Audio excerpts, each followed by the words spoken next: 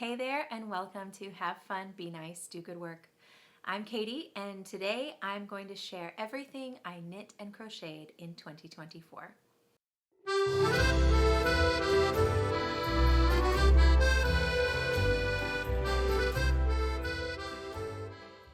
A little piece of background about me, I have been crocheting for about a year and a half and I started knitting last July. So to say that I've gone down the rabbit hole is as like child's play. Get out of here. I am obsessed and I do it all the time. As I'm looking at my pile of things to show you, it's very small because I realized that almost everything I made this year was a gift. I really forced my hobby on other people this year. For 2025, I'm planning on being a little bit more selfish and making more things for myself while still, of course, making other people receive handmade items made with love. So I think we should probably start with the sexiest of all categories, and that is cleaning items. I made 2 dishcloths in my entry to knitting. One is an expletive dishcloth by Cassandra Bibler. I made this with mystery yarn and mystery needles that I had gotten from my neighborhood exchange just to try out knitting. And it was really fun to make. I did then immediately put it in the washer and dryer and it felted, which gives me some clue as to what the fiber content was. So it no longer has an expletive on it. There's like the whisper of an expletive on it, but I still love it. It's actually a really fun project for a newcomer to knitting because it's very easy. The pattern is very well explained. It's a free pattern and it's like a little bit deviant because it has an expletive on it. Do with that what you will. The second little cleaning cloth that I made is Lynn's favorite dishcloth, another free pattern on Ravelry by Lynn Venghaus. This was such a great pattern to read. It was really easy, and honestly, I can't show it to you right now because it's dirty, because every time I do laundry, that's the first one I use because it's so great. I have some leftover yarn from other projects, and I'm just planning on making a whole mess of these little dishcloths and replacing all of our cleaning cloths with those. The last item was a gift from my sister-in-law, which she never received because it got lost in the mail. So, Lynn, look away for a few minutes while I talk about this one. I'm currently making you some more, I promise. They are the Sakura face scrubbies by K.A.M.E. Crochet. Really lovely little pattern. It's free on Ravelry, and I just used good old-fashioned sugar and cream. Sugar and cream, that's what it's called, right? I made it in 4 different colors. I got a really cute little face potion for her to use, which is also just floating around America in a box somewhere. Remember this tragedy because it's gonna come back to us when we get to the accessory department. Next up, why don't we do plushies? I made a lot of plushies. For somebody who doesn't like making plushies, I made kind of a lot of plushies this year. The first one that I made was the Crochet Unicorn Plushie by Crafting in Glory. And I made this for my friend's little girl's birthday. She turned 4 last year and she loved it and I loved it. It was so rewarding to watch her open it and squeeze it. And from what I hear, it has its own little bed in her room and gets tucked in every night. So sweet. Oh, Bingley. You would eat it if you could, wouldn't you? Next up on the list is certainly the most cursed item on the list, I think, and that is my peach popple. This is the Piper the Popple crochet pattern by Hook and Starr, and I made it with Premier Yarn Floofy or whatever, and I love it. I love it so much. One really spectacular is probably not the right word. Terrifying maybe is the right word. Feature that I'd like to point out is that the eyes are so scary. I didn't want to buy safety eyes for a variety of reasons, and so to me at the time it felt like the right choice to crochet eyes out of embroidery thread, and this is what it looks like. This is a gift from my friend Stacy. Stacy loves him, and as you can see, she's making sure that this popple is living its best life. Next up is a panda that I made for John Michael, one of my friend's little boys. She had a baby last year and I made him a blanket, which I'll show you later.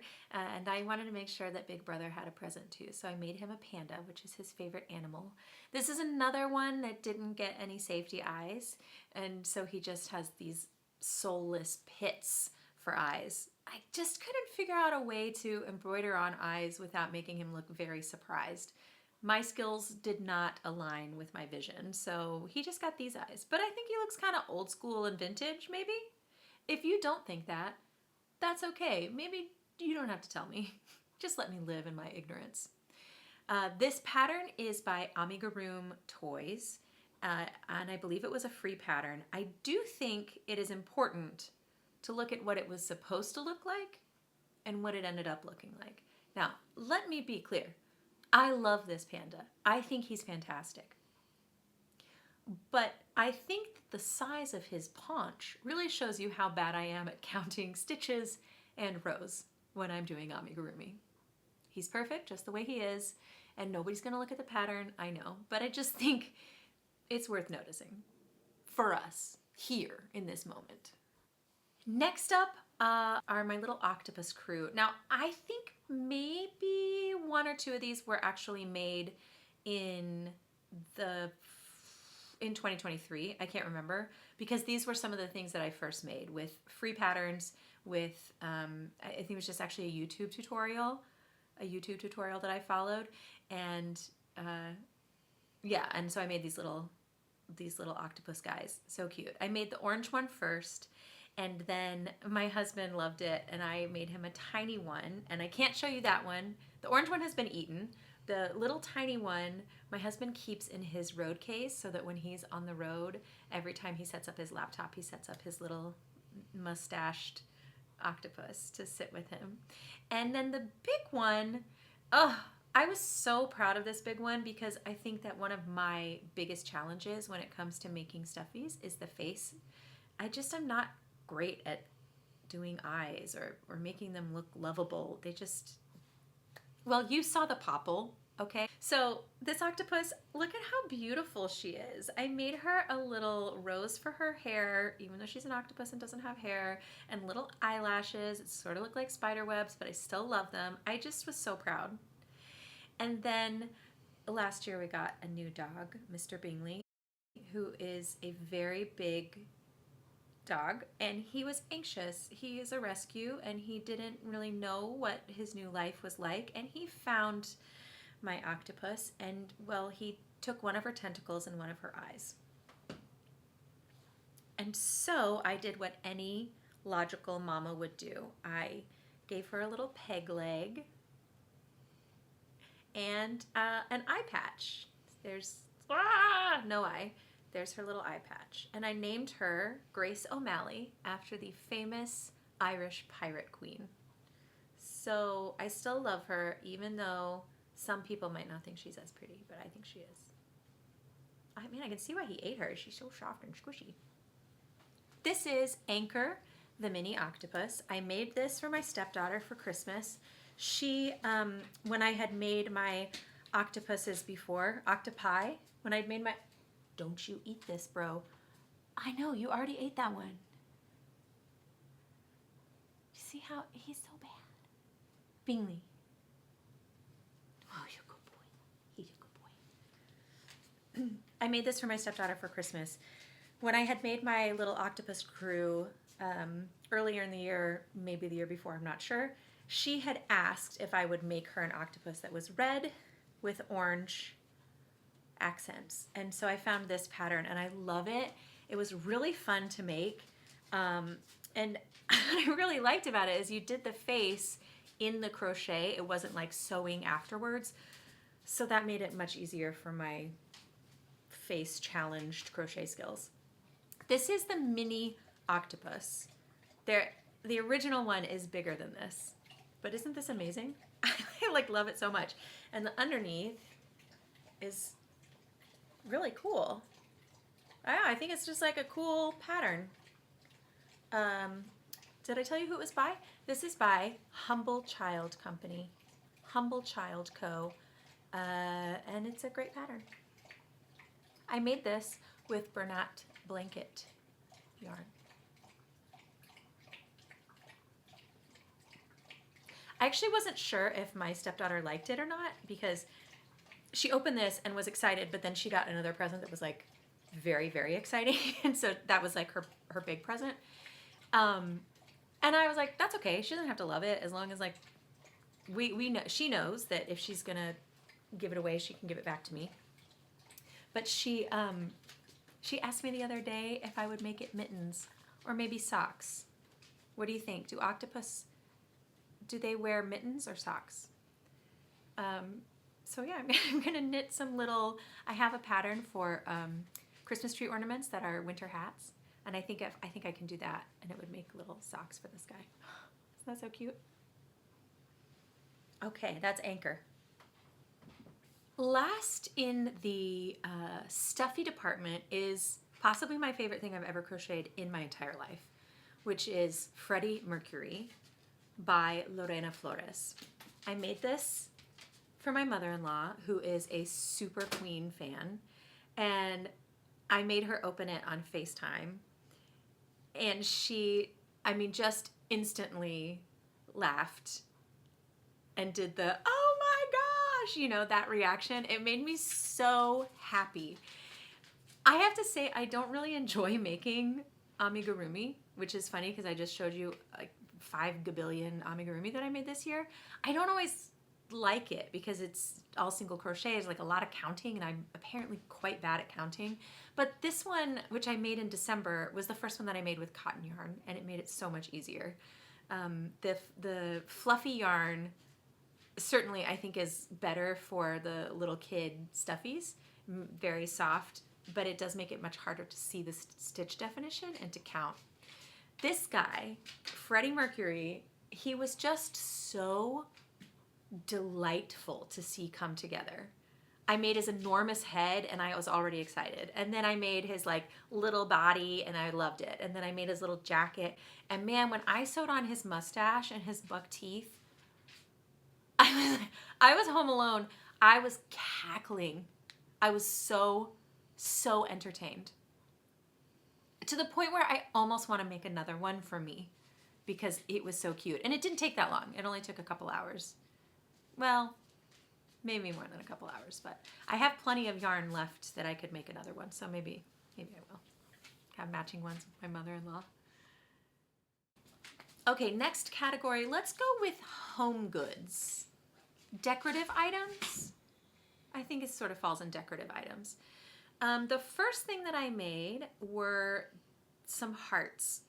These little buntings for my friends. I actually started them in 2023. This was one of the first projects that I really took on. My first big crochet project in 2023 was a blanket, a big granny square blanket, and then I made these little hearts. And they were the first thing that I made that were like, let me make this exactly what I want. It's a coaster pattern by Davina Rocco, and I wanted to make it for my girlfriends because we each have a different color heart that we sign our texts with.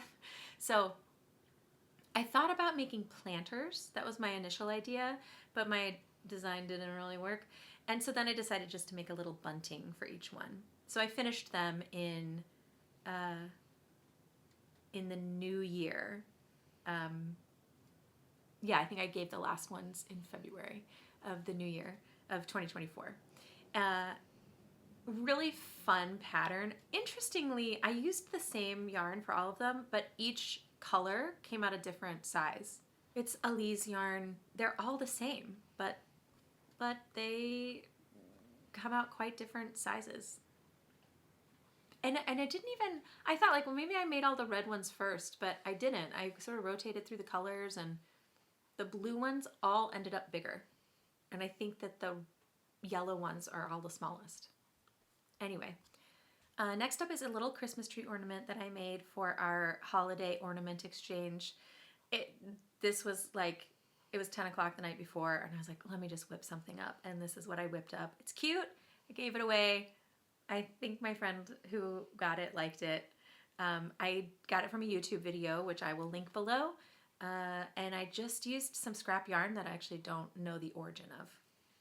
Next up is a tapestry that I made for my friend Matt. I got his name in our Secret Santa, and we are both avid Lord of the Rings fans. So I made him the Doors of Durin. That's the Gate of Moria, and I made that for him, and I loved it. This was my first attempt at color work, which I think was a smart one because it is almost symmetrical, so it's pretty easy to see as you're doing, and because it's just a tapestry, the gauge doesn't matter, so I didn't have to worry too much about my color work tension messing up, say, the yoke of a sweater.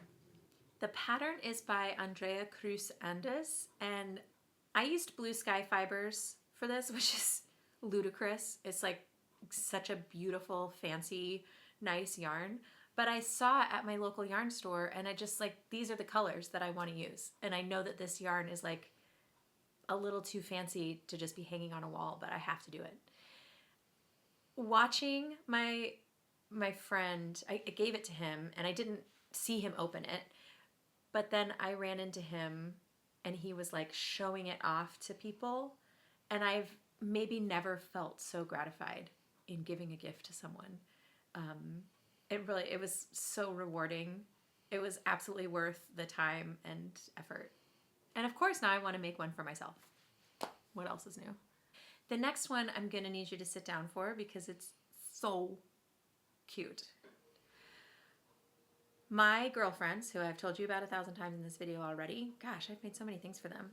This is their Christmas present, which actually they haven't gotten yet because everyone has been sick, and so we haven't gotten together for our Christmas. I made little sweater ornaments. Look how cute it is. Do you see how cute this is? I just can't. Oh my gosh. I love it. It makes me so happy. I made one with each of our initials on it. This pattern is the Tiny Sweater Ornament by Marieme Abdeloui, and I highly recommend this pattern if you are new to knitting, and especially if you want to start knitting garments, because it's a little raglan sweater, and so you get to learn how to construct a raglan sweater, but it takes you an hour or two instead of, months when you're a new knitter. And it doesn't really matter if it fits anybody because it's tiny. It maybe would fit Stuart Little. The hanger is, I did just use some origami wire to make this little hanger. I don't know if you can see it well. I love it. I love it. Yeah. I made so many things that I loved this year. I also used Madeline Tosh DK for this sweater. You'll see it again. It pops up in a couple different things, and I still have more of it. And then the letters it's just duplicate stitch, and I used stash yarn that again I don't really know the origin of. I have some yarns that just people gave me, and I have no idea where it originally came from, but it's perfect for these little bits and bobs. Let's move on to accessories. This is the Plume Shawl by Melody Hoffman, and I'm just gonna look really quick and don't look too closely because I did this very early in my knitting career. I had made 2 dishcloths, and then I thought I could probably make kind of an intricate shawl, right? I wanted to make a shirt, but I thought, I don't think I'm good enough to make sure that my gauge is okay. So let me make something where the gauge doesn't matter. And then I picked a shawl, which had all these complicated stitches. And so there are places where there's just legitimate holes in this shawl. And I've had to stitch them together, or I mean, even the size of this shawl, it's supposed to be way bigger than this, but I missed some rows, and you can see that the increases, they're just too dramatic. They shouldn't be this way. But I wasn't great at counting. I dropped a million stitches. I had to start it over a couple times. I will never wear it. It's I'm not really a shawl person anyway, but this thing was such an incredible pedagogical device. and is a beautiful pattern. I mean, I might make it again now that I have a better understanding of a lot of these stitches. The yarn was just gorgeous. I got the yarn in a yarn swap on Reddit. It's a verb for keeping warm, and it was just so beautiful to watch it change colors, and so I love it. I love it. There are many reasons that you could say that it's not a great great job, but I absolutely love it. The plume shawl. Next up is the Star Stitch bag by Carmen Rezic. I made this for my friend for her birthday. I really love this bag. I actually made it because I saw the pattern and I thought, huh, that just looks like my friend Monica would wear that bag. She would use that bag. And so I made it, and I really, really love the finished product. It was incredibly taxing to make because it's 3 strands of cotton held together. And so I just found that I had to do like 1 row a day and then stop because I just couldn't. I couldn't keep going. I didn't line it. It feels pretty structured, so I don't think it will stretch too much. Maybe the handles. I should check in actually and see how it's holding up. I'm not sure that my friend has used it that much. She works from home, so I don't know if she has that much occasion to use a bag like this, but great pattern. Oh, the other thing about that pattern is it has a tutorial, a YouTube tutorial to go along with it. So it's really great. It's, yeah, it's very beginner friendly for that reason. It's like a complicated stitch, but there's so much explanation in the video, and the video is very clear. So recommend. Next up is this easy breezy little Christmas hat. This is the men's folded brim beanie by Jenny Katavu. And I made this for my father-in-law. This is me wearing it. It's enormous on me, but he's got a bigger head, so I knew it was going to be okay. This was easy. Just very quick crochet. Nice and warm. It's Lion Brand Woolies Thick and Quick. And then in that same vein, here is the Winterberry hat.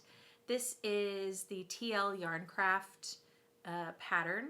This was part of the yarn advent for 2024.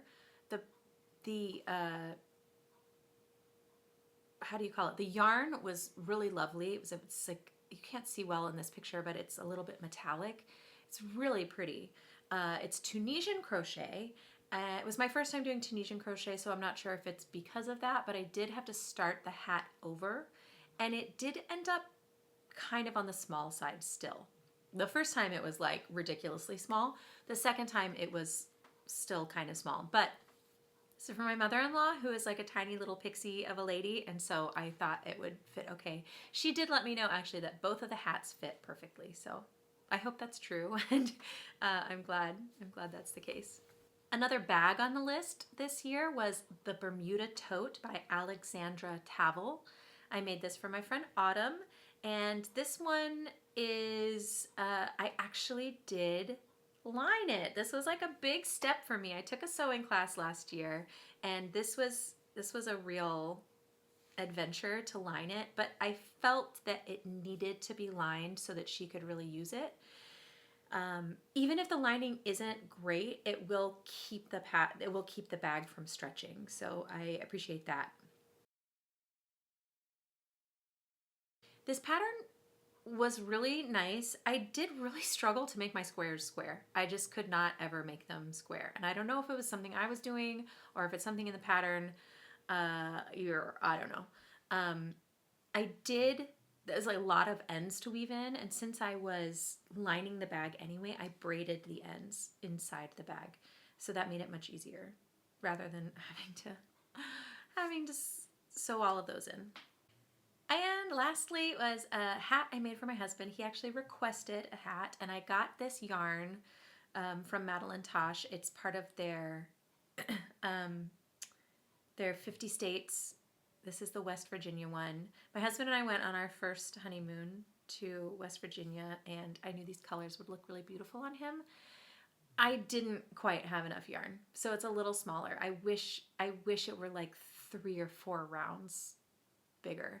And in hindsight, I probably should have just knit a hat so that it wouldn't have used the yarn so much, but I wasn't feeling really confident in my knitting skills to be able to knit a hat that he would be proud of. I knew he would wear it no matter what. That's the thing. I knew he was going to wear it, so I wanted to make sure that he would feel good wearing it, besides just that his wife made it for him. He's been wearing it. I can't show it to you right now because he's wearing it right now. He's out working outside and he's wearing that hat. The pattern is the No Extra Fabric Ribbed Beanie by Viv Crochets. One more accessory. I have this pair of socks. These are the Favorite Socks by Kristen Lehrer. And remember those face scrubbies that got lost in the mail? These socks are with them somewhere. These were such a labor of love. It's my first pair of socks I ever made, and I was just so proud of them. I'm still so proud of them, and I'm really bummed that they're just lost in the world somewhere. I have hope that someday they'll show up at my sister-in-law's house. The yarn is Sweet Georgia Yarn's Mohair Silk Sock, and it was part of their monthly subscription.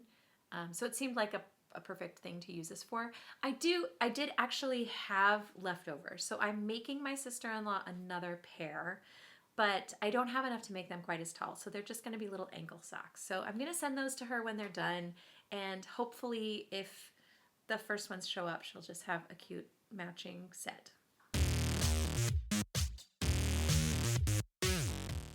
On to blankets. I made 2 blankets this year. The first was the Bee blanket by Owl Be Hooked, and I made this for my friend who had the baby last year, our little guy who got the panda. This is his little brother, Lewis, and I was really proud of this blanket, actually. I really enjoyed it, and I think my friend liked it. I hope she liked it. She loves bees, so. My next blanket is just a granny rectangle blanket. I just followed a YouTube tutorial on granny rectangles, and I just rectangled until I ran out of yarn. I got this yarn on sale. It's just Big Twist, and I just really liked the colors, and so I just sort of guesstimated, like, oh, I guess I'll do a stripe of gray now. Oh, now I'll do another little stripe of gray, and here it is. This blanket is so heavy. I love it. It's like a weighted blanket. And my favorite thing about it that I didn't anticipate is this has been through the wash now several times, and it maintains the fresh laundry smell for so long. I love it. It's great. I'm going to wear it. All right, next up is garments. I made 3 garments this year. The first one is what I'm wearing right now. This is the Sweet Pea top by Rachel Meisner. And this, what can I tell you about this? I got this yarn. This is Amano Yarns Sammy, and I got this at a local yarn store in Ann Arbor while I was visiting there for work. And that's where I sort of fell in love with local yarn stores and buying nice yarn. A lot of that happened after that day. But I love it. The only thing I don't love about the pattern on me is it's a little too boxy. So when I wear it untucked, I usually just take another piece of yarn and like tie a little knot in the back to make a waist. Or more often I wear it tucked into a skirt. I think it looks much better that way. In hindsight, maybe I could have added some shaping, but that was definitely not within my skill set at the time. Now I would feel more comfortable doing that, but this was my first garment that I made. Next up is the Lola top by Kutavakika, Veronica Lindberg. I just love saying Kutavakika. That's my favorite. I really enjoy this shirt, first of all. I think it's very cute. I really like the fit. I like the colors. I did order this yarn online. I used the recommended Sadness Garn Mandarin Petite, and I got this yarn online. And then when it came, I had intended on doing the lighter color as the ribbing and as the straps. but it is the exact same color as my skin, and it just looked weird. So I ended up having to buy some more of the darker color and using this as the ribbing, so it's a little bit of a variation from the pattern. The only thing that didn't work out for this shirt is that the straps fall down quite easily. So I think what I'm going to do is just install a little snap with some thread so that I can snap it to my bra strap, and then the straps won't fall down. I finished this in the beginning of November, so just in time to never get to wear it. It was like immediately fall/winter. So I haven't gotten to wear it very much, but I'm looking forward to the spring so that I can wear it and style it a few different ways. All right, last on the list is my Christmas tree popover, which looks like this. Look how cute it is. This is by Lauren Willis, and it is a crochet granny square little vest. I love it because I tend to get pretty warm doing Christmas activities inside, so this way I get to be festive but also not be sweltering, and that's a good place to be. I did make one modification to this pattern. It calls for having just 2 little ties on the side, but I mattress stitched the sides together because I felt like it gave a better, cleaner look on my body type. The original pattern I think looks great on all of the pictures that I've seen with it, how it originally is, but I did not like the way it looked on my body, so I changed that one thing. And I don't know if this counts. Oh, where is it? I lost it. Oh no, I found it. This is not exactly a piece of apparel, but I guess for a dog it is. This is a bandana that I made for Lacey that matches my sweater so that we could be matching in our Christmas photo. I love it. 2024 was a really fun year. I have so many projects on deck for 2025. I just finished my first one last night, actually, so I'm starting strong. I plan on doing a monthly Makers podcast to chronicle my knitting and crochet, so I hope you'll join me for those. You know the drill. Like, subscribe, click the bell for notifications, and you can follow me on Instagram for more frequent updates. Until next time, have fun, be nice, and do good work.